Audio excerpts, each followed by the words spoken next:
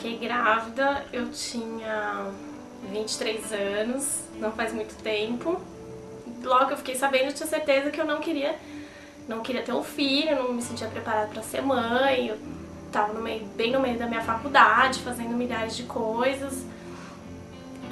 Tinha muito que estudar ainda e não me sentia nem um pouco preparada para assumir essa responsabilidade.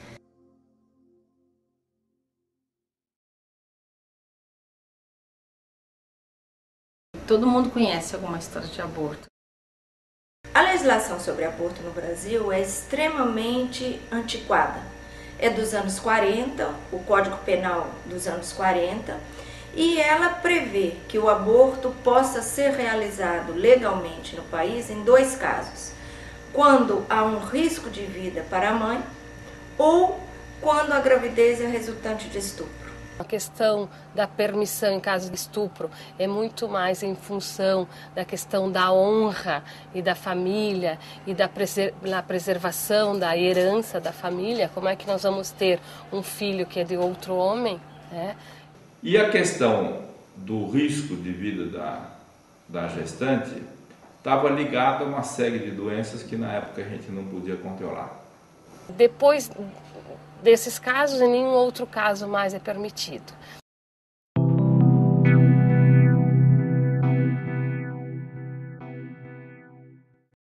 Então essa lei é de 1940, então ela é muito antiga, né?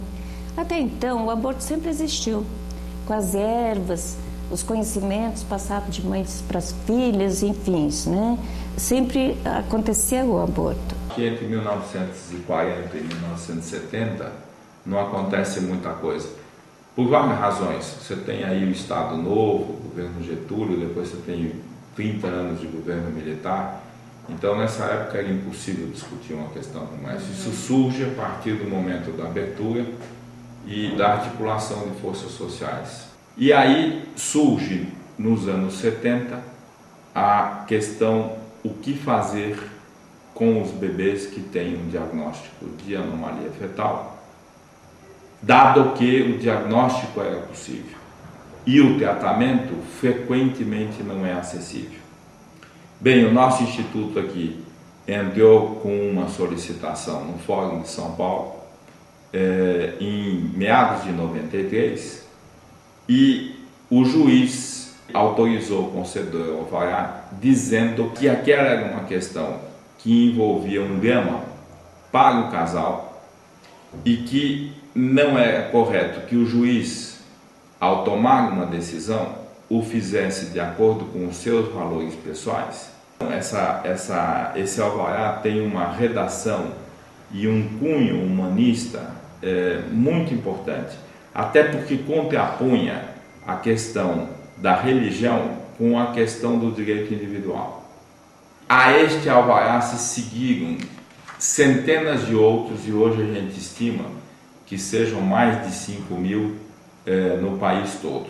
A história da criminalização do aborto, ela tem um contexto histórico e ela acompanha também como a gente pode dizer, a história da opressão das mulheres, né? Então, o aborto nem sempre foi crime. Claro que muitas coisas mudaram na sociedade, mas tem um determinado momento, quando começa a se instituir mais o poder médico, a medicina, começa então a ter uma tendência a regular o aborto. E depois a igreja, no momento de mais conservadorismo da igreja, aí se retoma, né, as teses de Santo Agostinho e São Tomás para também ter todo esse debate de que o aborto é um pecado. A grande maioria vivencia com culpa, vivencia com medo, né? E a grande maioria também, quando sabem que ela fez o aborto, convive com a condenação, né?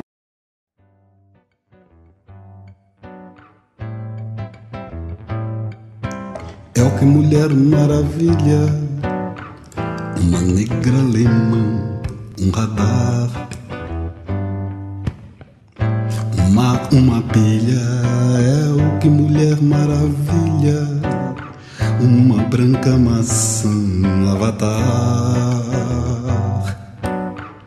um luar numa ilha.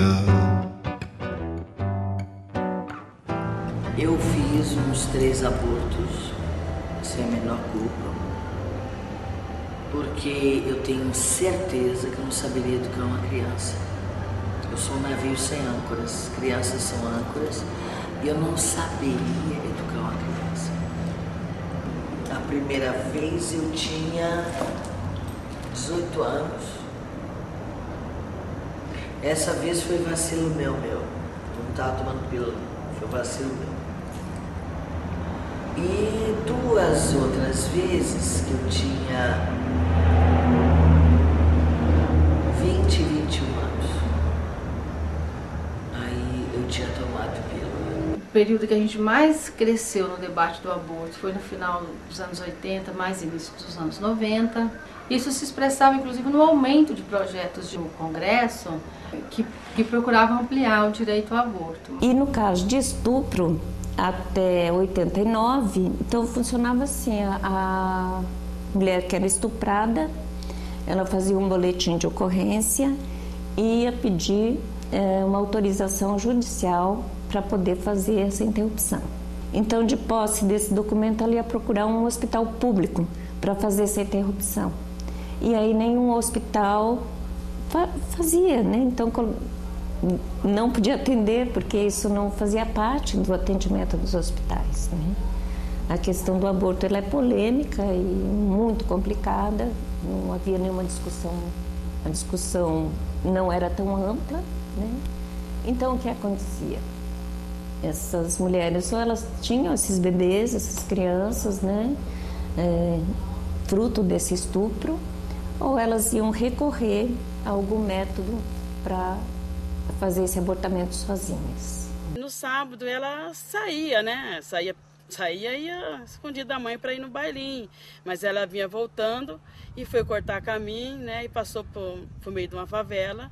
Aí esses bandidos estrupou a menina, 8 rapazes, e ela ficou grávida com 12 anos. E quando ela resolveu tentar resolver esse problema, e o juiz, acho que de propósito mesmo ele faz isso, para poder atrasar para assinar. O que é uma assinatura do juízo para autorizar que a menina foi comprovada que foi estuprada, a menina de 12 anos, era simplesmente uma assinatura do juiz para dar autorização para ir para o médico para fazer esse aborto. Quando foi dar essa autorização, a menina já tinha entrado do 7º mês já passado. Então daí o médico orientou que ela correria risco de vida. Nasceu a filhinha dela, que é uma menina. E hoje a menina está com 8 anos, então há 9 anos atrás isso, né? E a menina hoje ela está com 22 anos e ela é uma moça assim revoltada por ela não aceita a filha dela, porque toda vez que ela olha nessa filha, ela lembra do acontecimento. Então, quer dizer, se o juiz tivesse autorizado logo no início, hoje a situação dela seria diferente, a situação da menina, porque a filhinha dela é a avó que cuida. Então ela pergunta para a avó quem que é o pai, fala: seu pai morreu, filha. Como que vai dizer para ela que a mãe dela foi estuprada e que a mãe dela rejeita ela, que ela sempre fica reclamando que a mãe dela rejeita ela?